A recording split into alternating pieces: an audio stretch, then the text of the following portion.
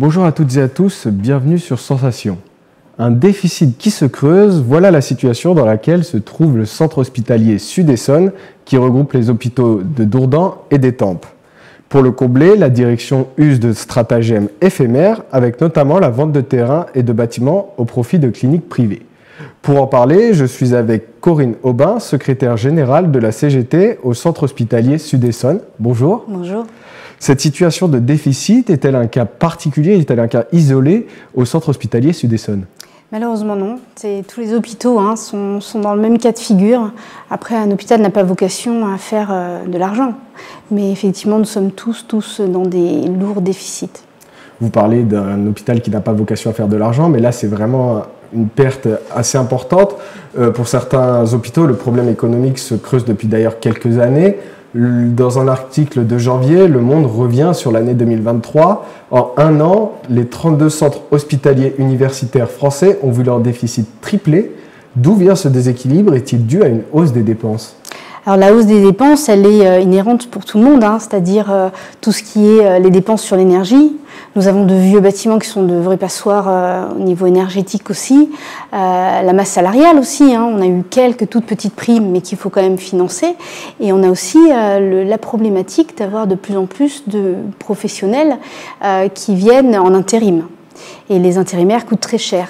Et on a des intérims parce que beaucoup de personnels médicaux et paramédicaux ne veulent plus être titulaires de la fonction publique et préfèrent faire de l'intérim aujourd'hui, oui. Les hôpitaux sont financés en partie par l'État. Si aujourd'hui les hôpitaux n'ont plus assez de moyens financiers, est-ce que c'est dû à ces subventions de l'État qui n'ont pas suivi les hausses de dépenses? Alors les subventions de l'État n'ont pas suivi, ça c'est certain, malgré les annonces. En proportion.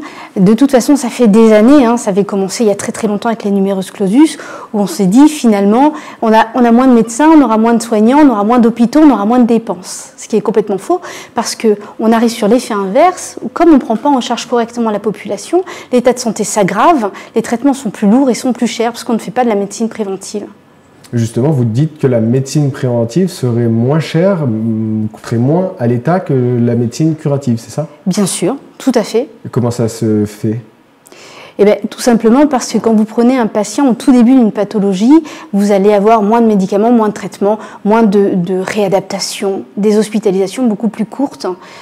Et en plus, qui plus est, un retour potentiel au travail pour chacun. Donc économiquement, pour l'ensemble de la société, il serait vraiment de bon augure de reprendre un petit peu la santé des Français au sérieux. Pour revenir sur les finances des hôpitaux, l'État finance la majorité des hôpitaux des dépenses engendrées par les hôpitaux, mais pas la totalité. Comment les directeurs d'hôpitaux réussissent-ils à trouver les financements restants? Avec des banques. Sur notre hôpital et les autres hôpitaux, c'est la même chose. Nous avons 15 créanciers.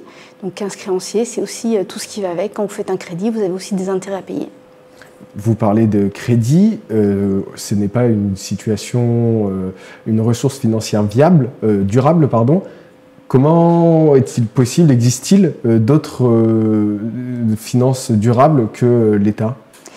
Eh bien écoutez, on vend des bâtiments, on vend nos terrains, on essaye de s'associer avec des entreprises privées, des cliniques privées qui de toute façon ne sont pas des partenaires, ils sont là pour faire de l'argent.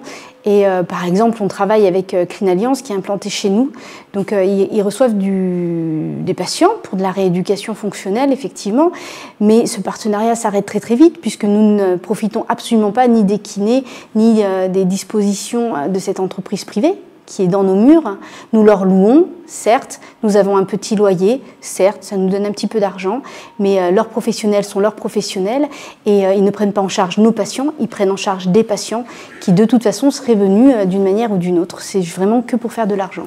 Vous nous l'avez dit, la grande majorité des centres hospitaliers sont en situation de déficit aujourd'hui. Est-ce que ça a un impact sur la prise en charge des patients ? Mais tout à fait. Tout le monde est au courant quand vous arrivez aux urgences, que vous attendez des heures et le taux de mortalité augmente. On ne va pas se le cacher, un petit peu partout.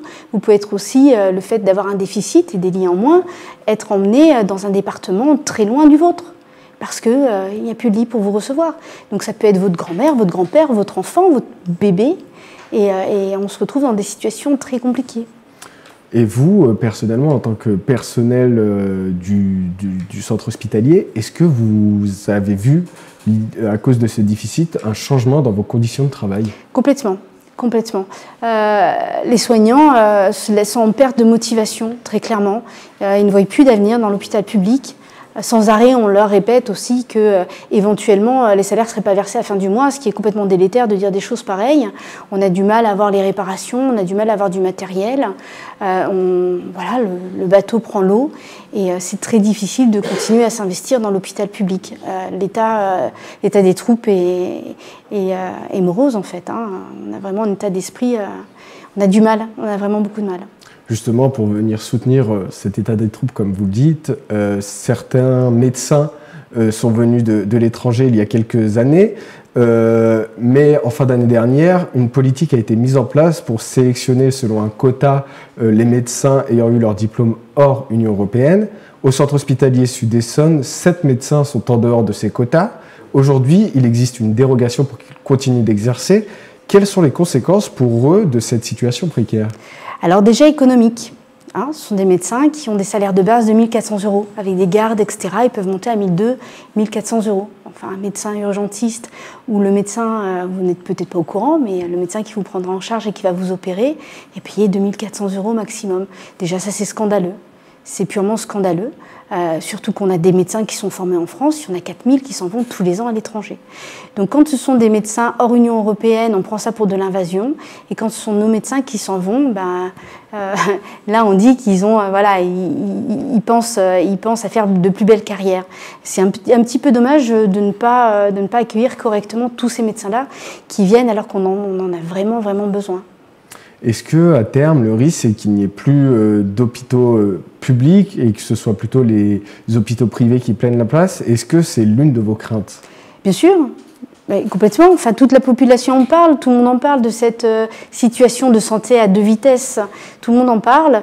Et effectivement, si le gouvernement veut se délester de ses obligations en donnant tout au privé, comme on a vu pour nos autoroutes, comme on a vu pour les France Télécom, etc., on a un grave danger. C'est parce qu'on n'aura plus la main non plus. Une fois que ce sera dans les entreprises privées, ils vont faire ce qu'ils veulent, et sur les tarifs et sur les prises en charge.